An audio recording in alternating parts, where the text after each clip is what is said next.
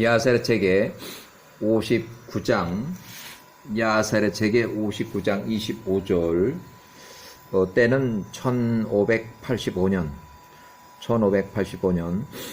총리 요셉이 사망하면서 힉소스 왕조가 갑자기 급격히 붕괴가 되고 멸망을 하게 돼요. 그러면서 거기에서 전쟁포로 잡혀있던 에서의 손자 스보가 거기서 이제 도망을 나와서 일단은 본국으로 갔다가 에돔으로 갔다가 거기 에돔의 통치자가 잘하고 있으니까 또 이전을 해가지고 아프리카에 있는 딘하바 앵기스한테 가서 군대 지휘관을 취직을 해서 거기서 당분간 붙여 살게 돼요. 그래서 야살의 책의 59장부터 총리 요셉이 사망하는 것부터 야살의 책 59장 25절 1585년 이후에 요셉이 110세에 그 해에 죽었으니 이스라엘이 애굽으로 내려간 지 71년이 되었을 때 1585년 애굽으로 내려간 것은 1656이니까 거기서 71년을 빼면 1585년. 자, 야살 책의 59장 26절. 요셉이 애굽 땅에서 죽을 때에 그의 나이는 110세였다. 그의 모든 형제들과 모든 종들이 일어나 그들의 관습에 따라서 요셉을 방부 처리하였다. 그 형제들과 온 애굽이 그로 인하여 70일 동안 슬퍼하였다. 70일. 그 야곱도 70일 장례식인데 총리 요셉도 70일 동안 현직 총리니까 또 야살의 책의 59장 27절. 그들이 요셉을 관에 넣고 향신료와 모든 종류의 향수로 채웠다. 그들이 그를 시홀 강가, 나일강 시홀 강가에 묻었다. 그의 아들들과 그의 모든 형제들과 그의 아버지의 모든 식구들이 그를 위해서 7일 동안 슬퍼했다. 이제 매장하고 나서 7일 동안 또 그 행사가 있어요. 장례식 행사가. 자, 이렇게 해서 야살의 책의 59장 28절. 요셉이 110세로 1585년 요셉이 죽은 후에 모든 애굽 사람들이 이스라엘 자손들을 통치하기 시작했다. 마지막 파라오 마그론 80세, 그의 아버지의 자리를 대신하여 통치한 애굽의 통치자 왕 마그론이 80세. 이때는 요셉이 죽은 후에 1585년, 아직 멸망하기 1년 전에 힉소스 왕조는 이제 1년 내로 망하고 마그론이 81세로 1584년 이제 멸망한다. 전사하고 이제 하이집트를 18왕조가 통치하기 시작해요. 자, 힉소스 왕조의 마지막 파라오 마그론이 81세로 전사하고 하이집트가 18왕조에서 장악돼서 통치하고 하이집트에서 힉소스 왕조 세력은 다 떨려나서 이제 쫓겨나갔고 이집트에는 새로운 18왕조가 들어서서 도베에서 온 그 18왕조가 하이집트까지 통치하는 그 상황이 됐어요. 자, 정치 권력이 교체가 돼서 온 애굽의 법을 취하고 애굽의 온 정부가 그의 통치하에 두었다. 그가 그의 백성들을 견고하게 통제하였다. 자, 에서의 손자 총리 요셉 56세 때에 잡힌 손자 에서의 손자 스보가 탈주를 했어요. 67세.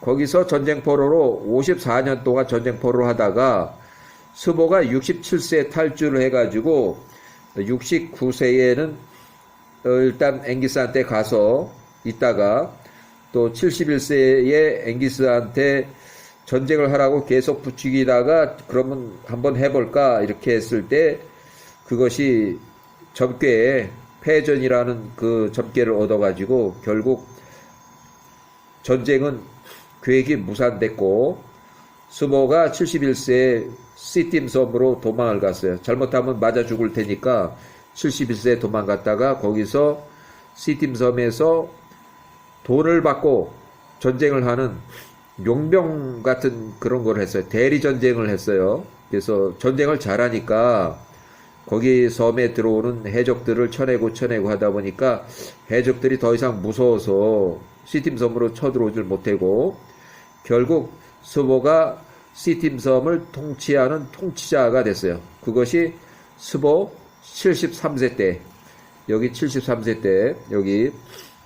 그 다음에 스보가 25년이 통치했을 때 25년 차에,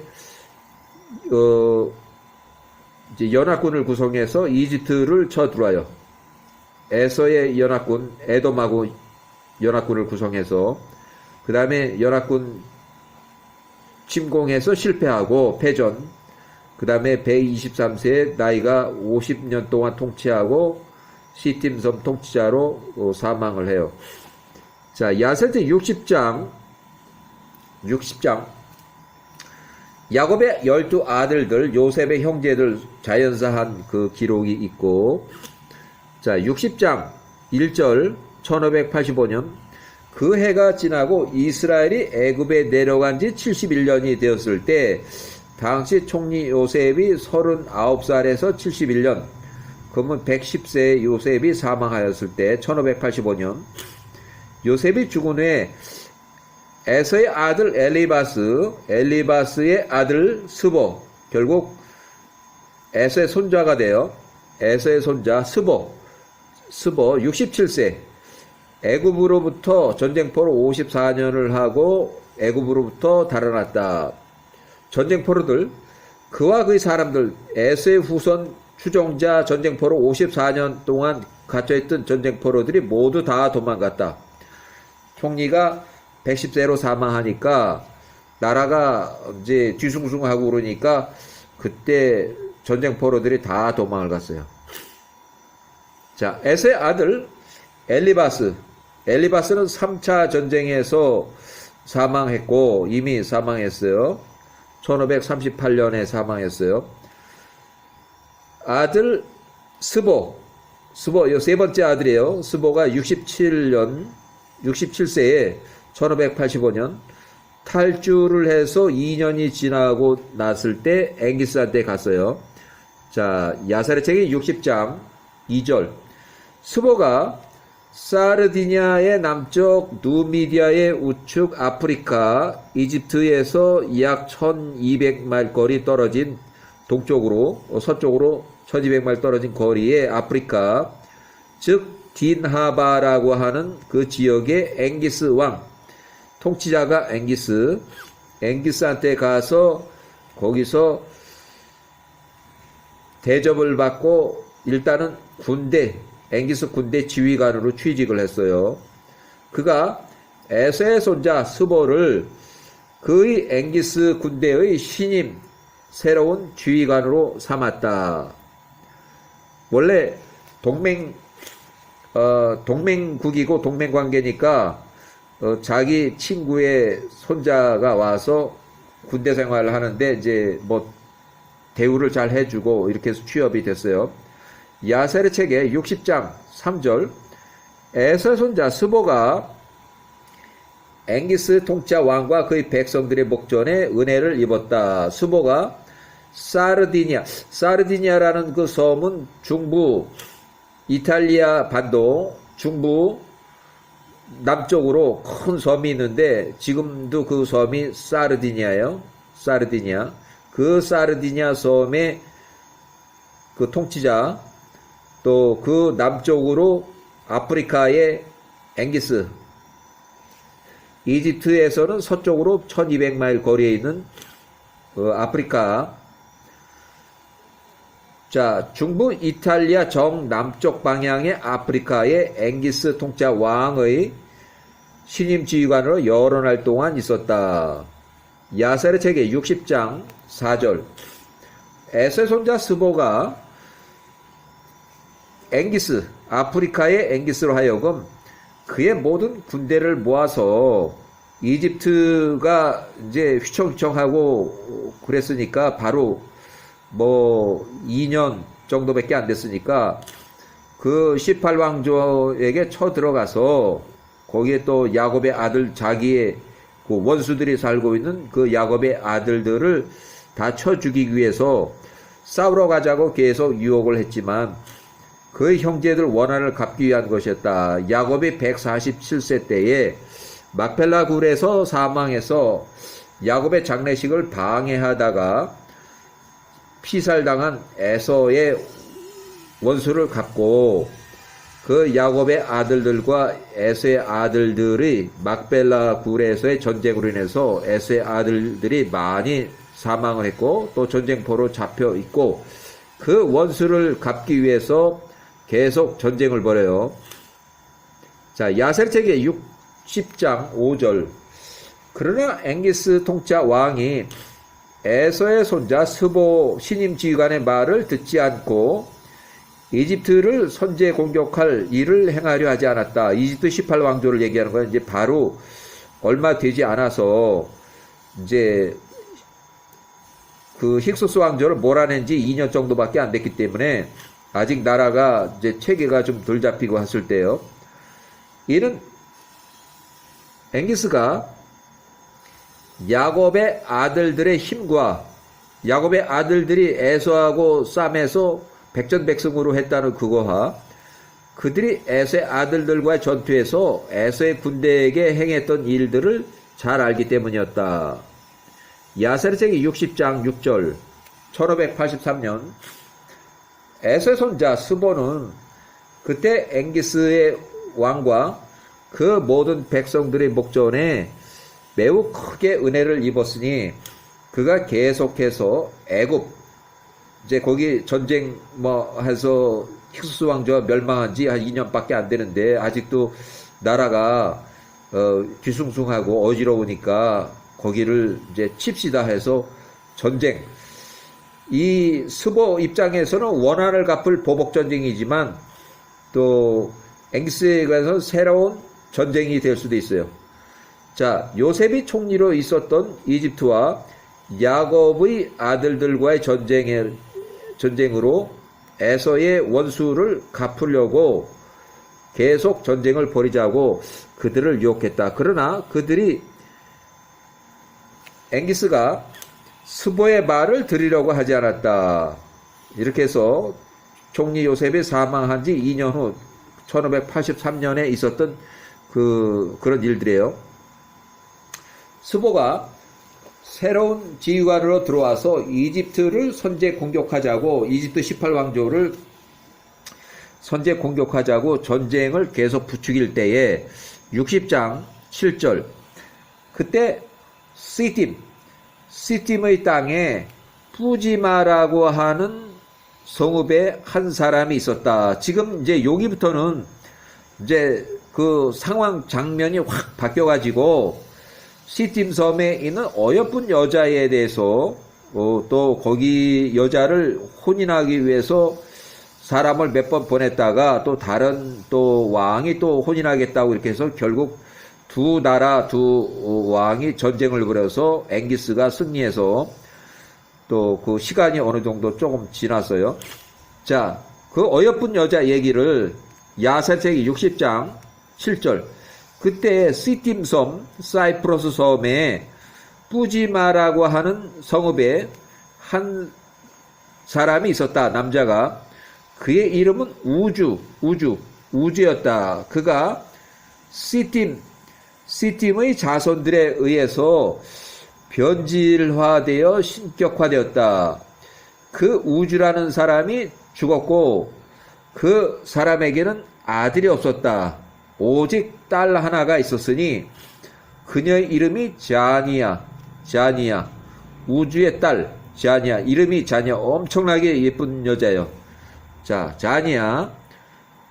야셀책의 60장 때는 1583년 60장 8절 그 처녀 자니아가 매우 아름답고 외모가 준수하고 아는 지식이 있었으니 그 온 땅에 그녀와 같이 아름답고 지혜로운 여자가 없었다.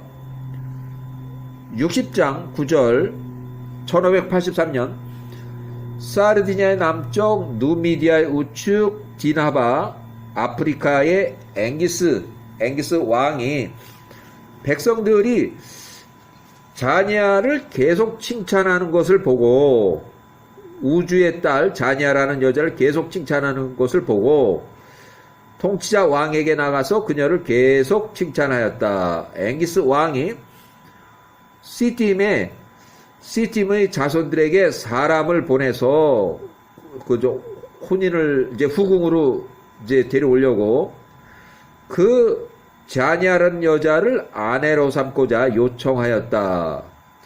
시팀 섬의 자손들이 그녀 자니아를 그 앵기스 왕에게 아내로 주는 것에 동의하였다. 시팀 섬에서 그렇게 다 결의가 됐어요.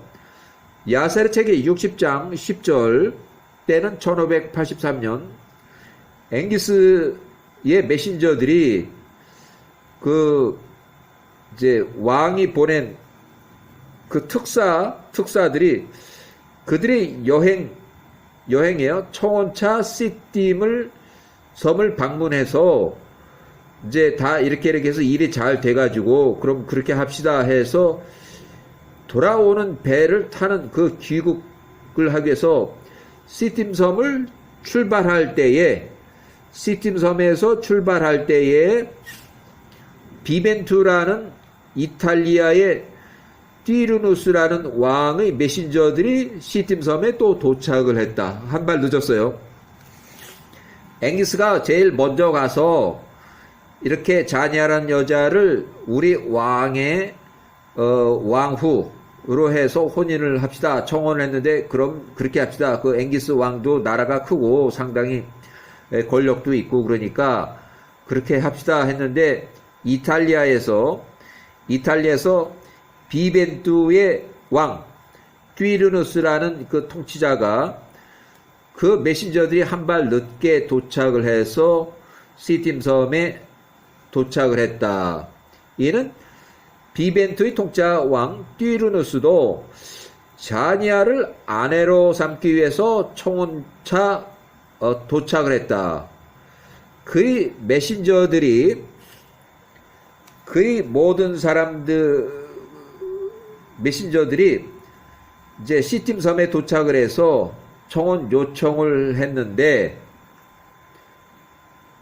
60장 11절 띠르누스의 메신저들이 시팀 구브로 섬에 도착을 해서 자니아를 그들의 비벤투의 통치자, 비벤투라고 하는 그 나라 이름의 통치자 띠르누스 왕에게 아내로 줄 수 있는지를 물었다. 1583년 야셀 책의 60장 12절 야셀 책 60장 12절 시팀 섬의 백성들이 그 비벤투의 띠르누스의 왕에게 말하되 우리가 자니아를 당신들한테 보낼 수가 없노라. 이미 사르디니아 남쪽 누미디아 우측 아프리카의 앵기스 왕이 먼저 계약을 했다. 점을 찍어놨다. 너희들보다 먼저 자니아를 아내로 취할 것을 결정했기 때문이었다.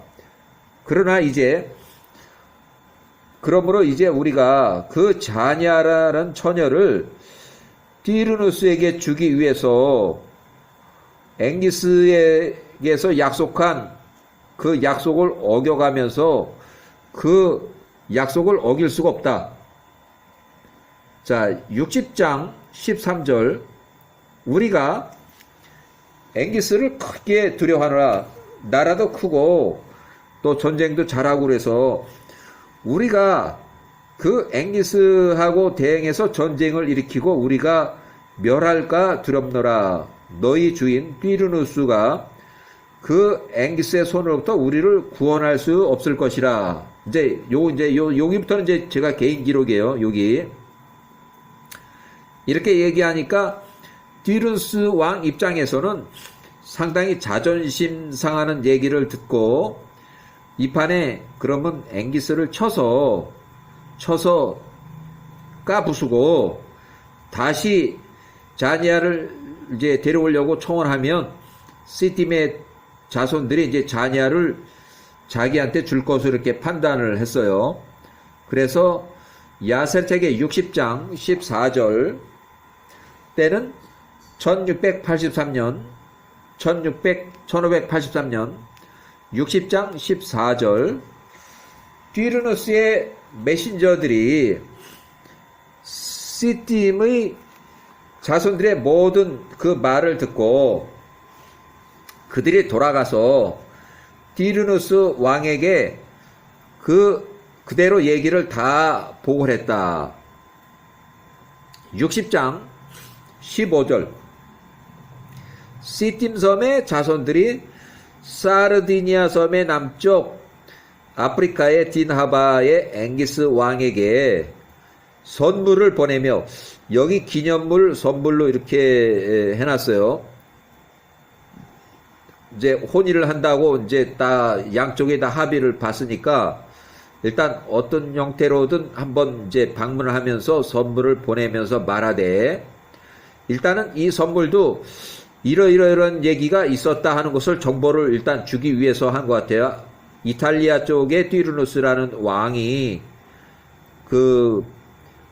와서 또 이렇게 했는데 우리가 이래서 거절을 했습니다. 그런데 우리가 좀 이렇게 정보를 듣다 보니까 띠르누스의 그 왕이 앵기스를 치려고 전쟁 준비를 한답니다 하는 그 정보를 제공하기 위해서 이 기념물을 보내면서 이제 기념물 때문에 보내는 척하면서 사실은 전쟁 정보를 주는 거예요. 첩보를 주는 거예요.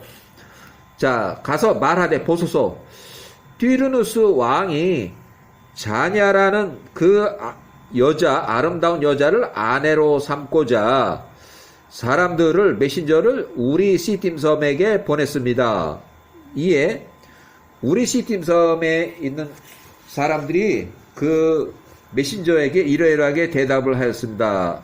그런데 우리가 최근에 어떤 그 소문을 들어보니까 그 띠르누스라고 하는 이탈리아 비벤투의 통치자가 아프리카 앵기스를 치기 위해서 죽이려고 전쟁을 일으키려고 온 군대를 소집하고 있답니다. 그러니까 전쟁 준비를 한다는 거예요. 정보를 줬어요.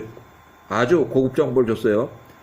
그가 당신 앵기스 왕의 형제 루쿠스가 사르디니아 통치자인데 루쿠스를 먼저 죽이고 그 옆에 있으니까 그래서 조금 더 진행해서 아프리카에 와서 앵기스를 쳐 부수면 되지 않겠나 해서 그런 작전 계획을 다 세웠답니다. 그 띠르누스 왕 비벤투의 이탈리아 중부 이탈리아에 그가 당신과 아프리카의 앵기스와 전쟁하기 위해서 사르디니아의 그 당신의 형제 사르디니아의 섬으로 먼저 쳐 들어갈 것입니다. 이렇게 해서 이제 고급 정보를 줬어요. 이제 큰일 났어요. 야셀책의 60장 16절. 자, 시팀 섬의 자손들이 앵기스에게 이렇게 편지로 문서로 기록해서 보낸 특사. 이거는 이제 특사가 특사의 비밀 이제 특사. 그 말들을 편지에 기록을 해서 앵기스가 보냈는데 앵기스가 그 편지를 듣고 그 내용을 듣고 그가 분노가 아주 점화돼서 그 앵기스가 일어나서 거의 온 군대를 비상소집 이제 전쟁이다. 온 군대를 모으고 바다의 섬들을 거쳐서 여러 배를 타고서 우선 자기 형제 사르두니아의 지중해 연안에 있는 길로 나갔으니 사르두니아의 통치자 왕 형제간 자기 형제예요. 그 형제한테 우선 가서 그 앵기스의 형제 루쿠스라는 형에게 가서 이제 이래서 이탈리아의 비벤투에 살고 있는 저놈 그 놈을 쳐야겠습니다 해서 이제 연합군이 결성이 돼요. 60장 17절 루쿠스 사르두니아의 통치자, 지중해 연안에 있는 섬, 이탈리아 중부 남쪽 해안의 큰 섬, 그 사르디니아의 아들 리블로스가 루쿠스의 아들이에요. 여기는 이제 약 한 20살 정도. 리블로스가 그의 아버지 형제 앵기스가 지금 자기 나라로 오고 있다는 것을 이제 미리 들었어요.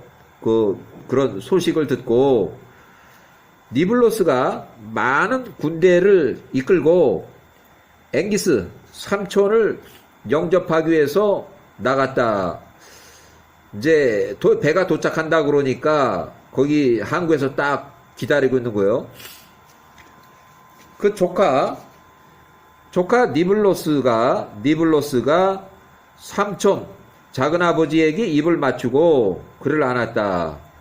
조카 니블로스가 앵기스 삼촌에게 말하되, 삼촌, 우리 아버지의 평안을 구할 때 내 아버지에게 이렇게 좀 대신 말씀을 전해주세요. 지금 전쟁을 하려고 그러니까 티르누스라고 하는 비벤투의 이탈리아 중부 이탈리아에 있는 그 티르누스하고 전쟁하기 위해서 조카가 나갈 것이니까 전쟁 사령관으로 왕이 있고 그 밑에 실제 전쟁에서 전방에서 싸우는 그 전쟁 사령관으로 임명을 하도록 좀 대신 얘기를 해주세요 하는 얘기에 지금 여기는 자 루쿠스의 군대 장관으로 삼으라고 좀 말을 좀 해주세요. 그래서 내 조카가 우리 아버지를 위해서 내가 군대 장관이 돼서 내가 직접 전방에 나가서 싸우겠습니다. 아버지는 뒤에 후방에서 이렇게 지휘를 하시면 될 것 같습니다. 해서 이에 앵기스 삼촌이 그렇게 하였다. 그가 그 형제 루쿠스에게 나갔고 그 형제가 그를 영접하기 위해서 또 만나서 인사를 했다. 1582년 야셀책의 60장 18절 앵기스가 그 형제 루쿠스에게 이제 인사를 했고 그의 아들 리블로스 조카를 그 형제의 군대 장관으로 삼으라고 요청을 하였다. 이에 그 형제 루쿠스가 그렇게 하였다. 앵기스와 그 형제 루쿠스가 일어나서 이제 전방에서 싸우는 거예요. 그 루쿠스가 이제 일어나서 양쪽의 왕, 그 다음에 한쪽은 이제 전투 사령관이 있고 한쪽은 왕이 직접 사령관이 돼서 직접 지휘를 해요.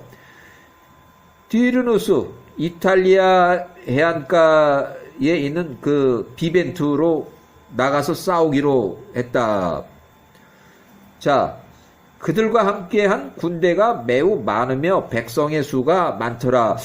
대략적으로 여기 되면 먼저 뻔하고 보면 약 한 80만 명 정도 되더라고요. 40만 해가지고. 자, 야셀책이 60장 19절 그가 선박들을 이제 많아요. 선박이 타고 나갔으며 그들이 아시토라시 이탈리아 지중해 연안의 중부 이탈리아 반도 지방으로 항구에 아시토라시 항구에 들어갔다. 전쟁을 하기 위해서 이탈리아 반도 상륙에 성공했어요.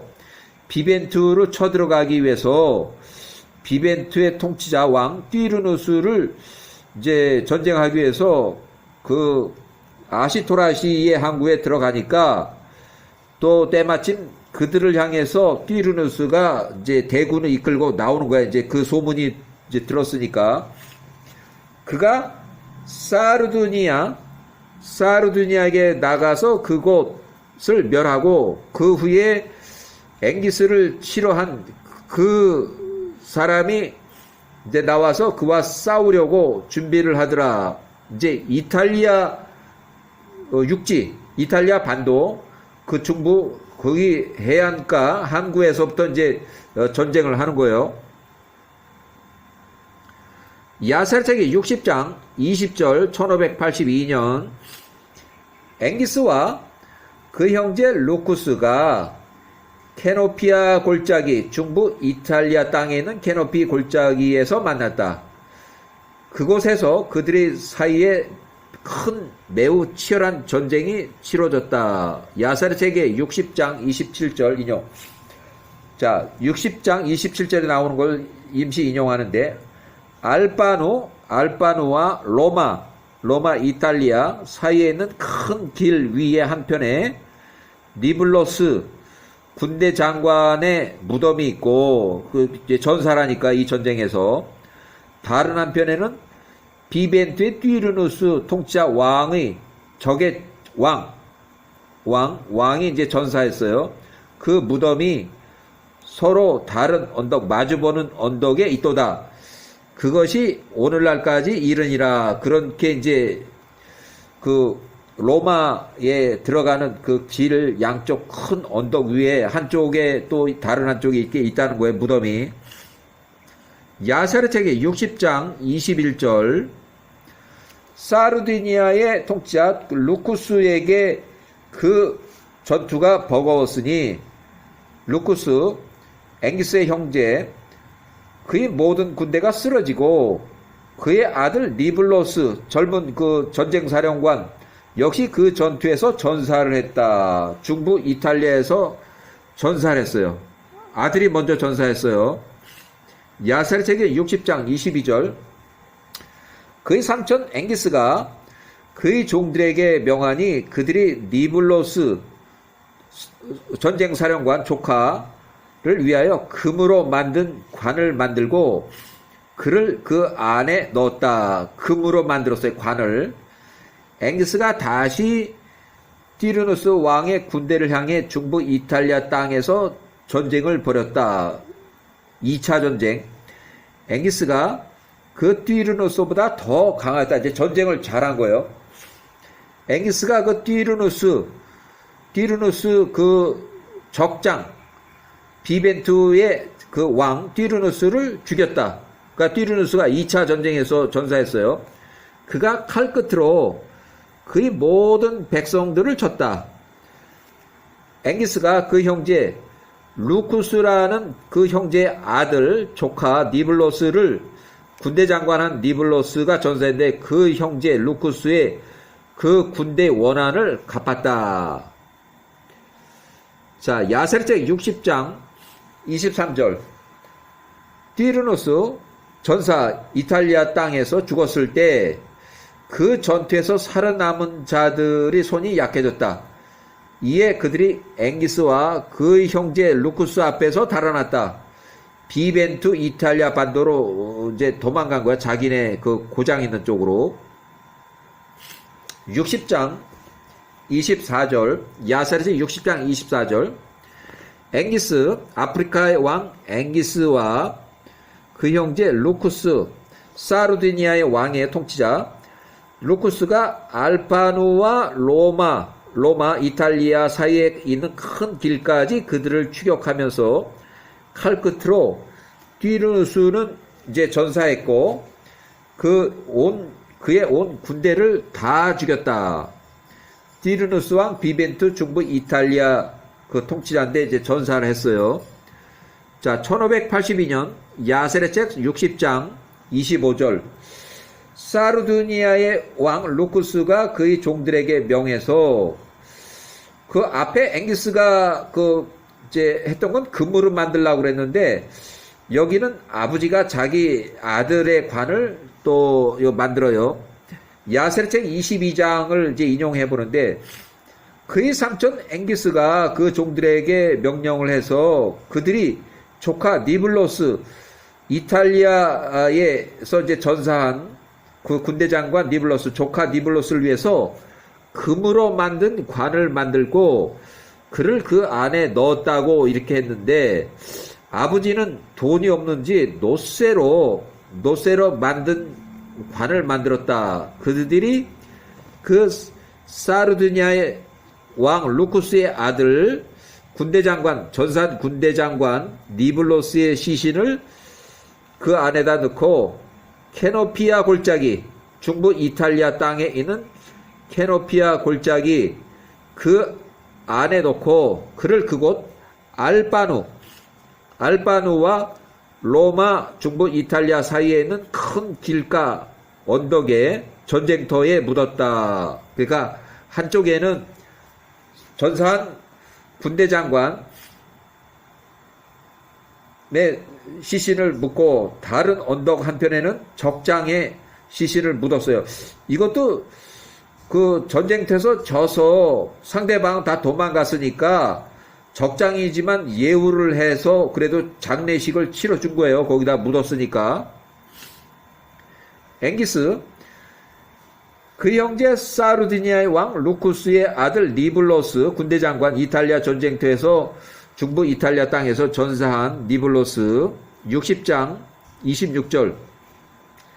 그들이 그 큰 길 알바누와 로마 중부 이탈리아 사이에 있는 큰 길 위에 큰 탑을 세우고 그들이 그 이름을 니블로스라고 이름을 지었다. 언덕을 니블로스라고 지었어요.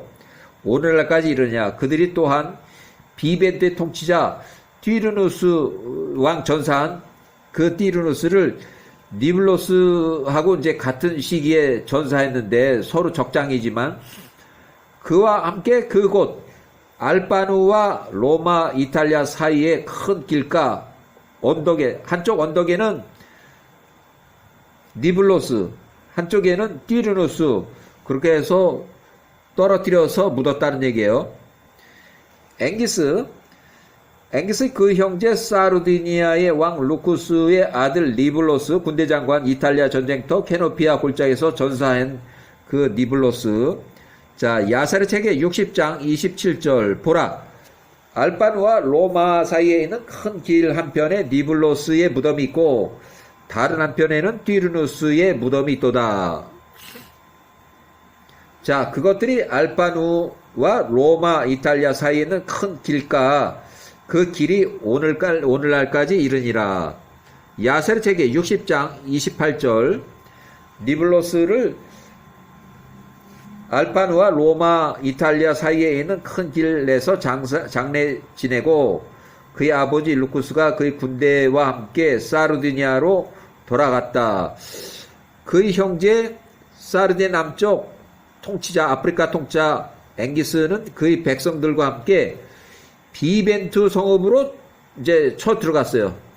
그 비벤투에 이제 도망간 놈들도 있고 그러니까 일단 성읍으로 쳐 들어가서 비벤트를 아주 작사를 내려고 즉 띠르누스의 성읍 이탈리아의 반도 중부 이탈리아 반도 비벤테 성읍의 주민들을 아주 몰살을 시키기 위해서 쳐 들어갔는데 야세르 책의 60장 29절 그 비벤투 중부 이탈리아에 있는 거주민들이 적의 왕 자기네 왕을 살해하고 전쟁에서 이긴 그 적의 왕이 앵기스가 자기들을 쳐 죽이려고 들어온다고 하니까 앵기스의 명성을 듣고 그 앵기스를 매우 무서워했다, 두려워했다. 그들이 비벤투 이탈리아의 그 거주민들이 울며 애원하며 그 앵기스가 이제 그 성읍에 들어오니까 그 마중 나가서 이제 아주 울면서 애원을 하기 위해서 일단은 안 나갔다는 다 맞아 죽을 판이니까 나가서 마중을 나갔다. 비벤투의 이탈리아 거주민들이 앵기스에게 울며 불며 애원하며 그들 비벤투의 거주민들을 몰살 죽이지 않기를 아주 사정하면서 뭐 이건 항복 정도가 아니라 아주 우리가 충성을 다할 테니까 제발 목숨만은 살려주십시오 하면서 비벤투 이탈리아 거주민들이 그렇게 애원하고 하니까 일단은 그래 그럼 좋아 비벤투의 저 성읍의 주민들 죽이는 거를 다 이제 포기했어요. 그러니까 죽이지 않기로 이렇게 결정을 해요. 이렇게 이에 앵기스가 그렇게 하였다. 이는 비벤투에 있는 그 사람들이, 비벤투에 있는 사람들이나 또 자기가 아내로 데려오려고 하는 시팀 섬의 구브로 사이프러스 섬이나 그 사람들이 다 같은 동족이다. 이거 같은 동족. 그러니까 이탈리아 비벤투에 있는 사람들도 이제 그 사람들이나 사이프러스 섬에 있는 기띔 섬, 자기가 지금 아내로 데려오려고 하는 그 사람들, 백인들, 그 사람들하고 다 같은 족이다 이거예요. 같은 이제 민족이다 이거예요. 나라는 다르지만 자손들의 성읍들 중 하나로 인지되었기 때문이다. 창세기 10의 4절. 그래서 지역이 조금 차이가 있고 나라 이름이 다르긴 하지만 사람은 또 같은 사람들이라 이거예요. 말도 똑같고. 그러므로 그가 그 성읍 비벤투를 멸하지 않았다. 60장 30절. 그날 이후로 사르디니아의 남쪽, 누미디아 이쪽, 아프리카 앵기스 통치자가 군대가 시팀 섬으로 약탈을 하거나 노략질을 하기 위해서 나가려 하지 않았다.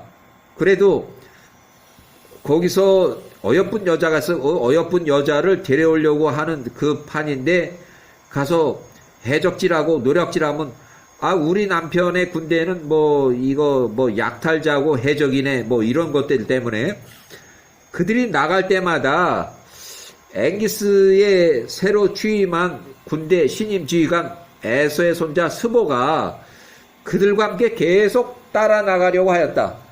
그러니까 쫄병들이 어디 시팀 섬이나 어디 나가려고 하면 같이 따라 나가고 해서 이제 그거를 이제 약탈을 못한 거야, 약탈을.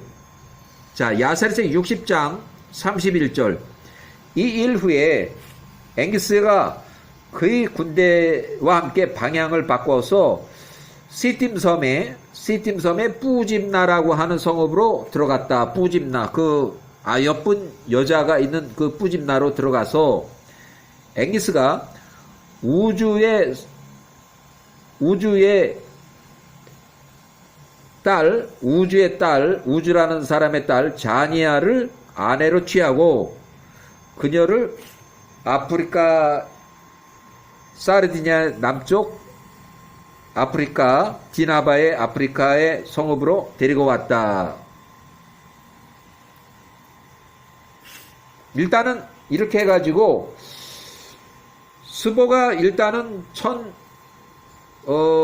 71세에 시팀 섬으로 도망가기 전에 2년 전부터 해서 최소 1년 전까지 이제 앵기스하고 이탈리아하고 교전이 있었고 그 전쟁에서 앵기스가 이겼고 앵기스가 한번 전쟁에서 이겨놓고 나니까 스보가 71세 이렇게 해서 이제 이집트를 이제 쳐들어갑시다 하니까 그럼 그럴까 이렇게 해서 이제 자신이 생겨서 그렇게 결정을 하고 여기서 나오는 마수사 볼의 아들이 15살일 때 그럼 우리가 전쟁하러 출발을 하려고 그러니까 15살짜리 마수사 볼의 아들 발람한테 점을 쳐보라 해서 그 점괘에서 이집트로 나가는 전쟁에선 패전입니다 하는 결과 때문에 그 전쟁이 무산이 됐어요. 결국 스보는 71세에 아프리카에서 도망쳐 나가지고 시팀으로 가서 거기서 용병 노릇을 한 거예요. 네, 여기까지.